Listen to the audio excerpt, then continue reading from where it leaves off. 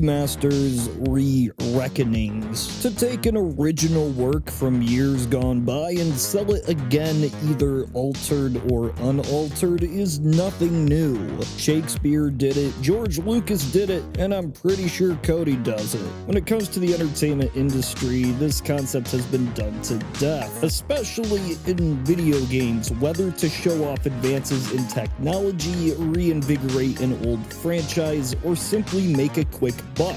Strangely enough though, notable garbage heap Activision has actually proved that it wasn't a heap of garbage on this front. They have several remakes that garner both critical and commercial success at a fair price, setting a benchmark for this practice. Of course, this isn't always the case with some of their remakes, but you know, it's just Bobby being Bobby.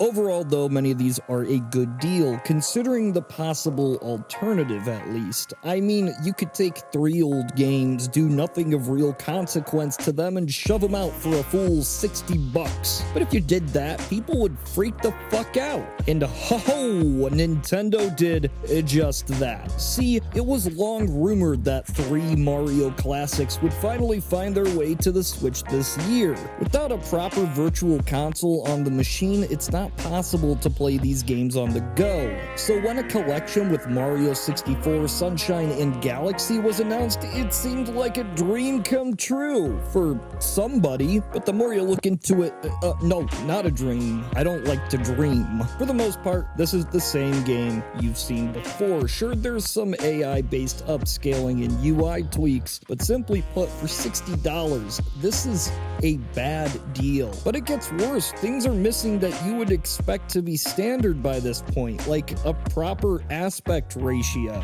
See, old CRT televisions had a 4:3 standard, a box that was eventually widened to 16:9, and remains as such to this day. But this means if you try and play 4:3 content on your television, you're either going to see giant black borders on the edge, or you can just stretch the image. Either way, it's not ideal. For a game such as this, a part of a package that costs this, you'd think it'd be there, but it's not. At least Sunshine got it. You got 30 FPS, you got weird fucking that. And just to know, you could actually play some 16:9 games on the original Nintendo 64. I don't know why, but you could. So there's a little fun fact. It's true that if you were to go and buy each of these games separately, it would cost more than this box. I mean, using this metric, Rare Replay costed just $30, but the games included, well, they added up to be like $665. You even got a song with it.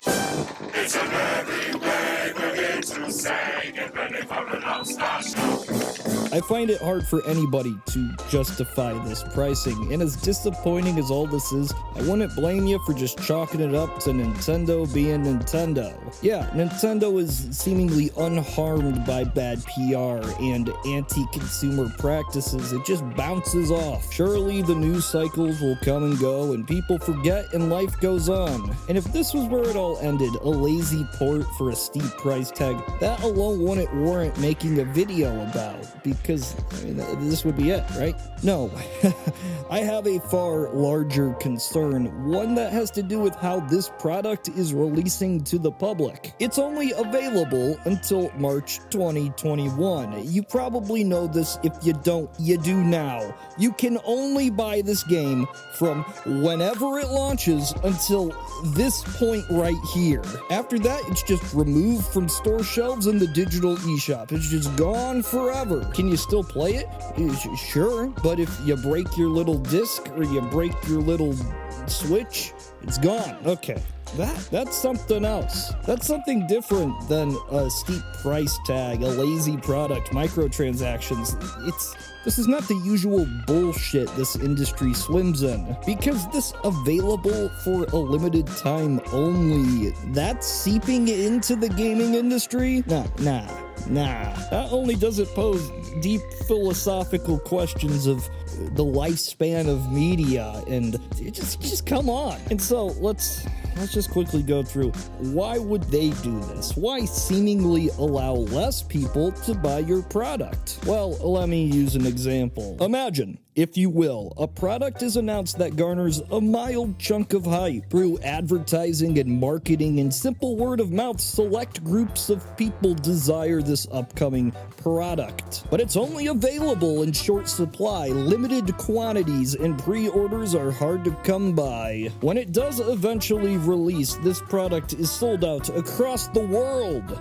But not because it's in such high demand. No, it's because each retail outlet was only provided with 1 or 2 copies. This doesn't matter though, because the news headlines swirl with reports of overwhelming demand. This in turn creates a higher perceived value of product. Not only is it highly desired by others, it's seemingly impossible to acquire. Scalpers pick up copies wherever available and sell them for highly inflated prices. And this only increases the perceived value. After enough hype, even those who aren't all interested in product know that others are, and to find one is an opportunity too good to pass up. At this point, the manufacturer of product ships out more units, meaning that eventually most people can purchase it, thinking it's more valuable than it actually is, and then the sales come flooding in. It's tried true manipulation, and Nintendo does it best. From the Wii to the retro machines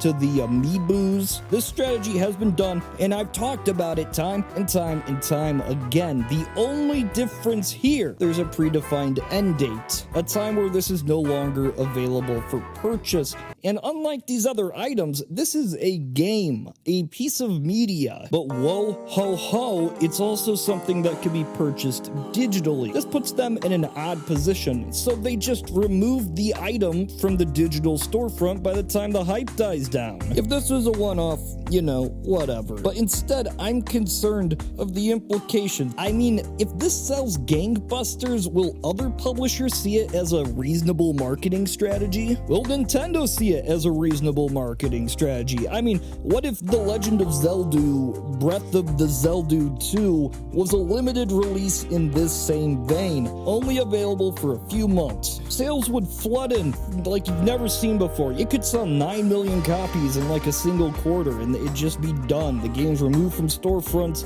That's it. And yeah, we've seen this happen a few times before. Stuff gets removed from digital shops. Of course, you remember the PT demo and the Flappy Birds in the Fortnites now. Pretty much any game with licensed music in their soundtracks will get removed from storefronts once those licensing agreements end. And then, well, it's gone. And unless you were lucky enough to install it beforehand, it's gone forever. And maybe I'm getting ahead of myself.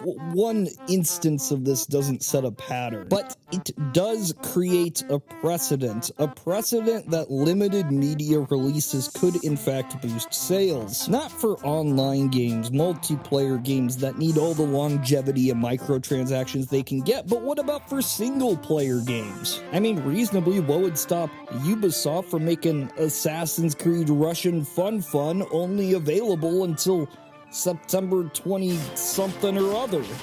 I find all this awful, these tactics objectionable, not because I have some preconceived notion that Nintendo owes me. I mean, I have no intrinsic right to have the Marios on this piece of hardware. There was no agreement made between me and corporation that these games would be remade with fancy graphics, proper aspect ratios, and frame rate faster than a PowerPoint presentation. But it functions as a valuable example of when consumers don't hold these corporations accountable. What then? This is what you get. This is what you get, people. This would not fly. This would not be acceptable if any other game publisher did this. If they have an issue with people using objectively better ports of their own games than they can do, then they should do better. I offer this quote from noted philosopher Gabe Newell. The easiest way to stop piracy is not by putting anti-piracy technology to work. It's by giving those people a service that's better than what they're receiving from the pirates. So to Nintendo, I say this. Offer a service that's better than the pirates make. Or don't, who fucking cares? Also, no Super Mario Galaxy 2, so fuck you, Luigi.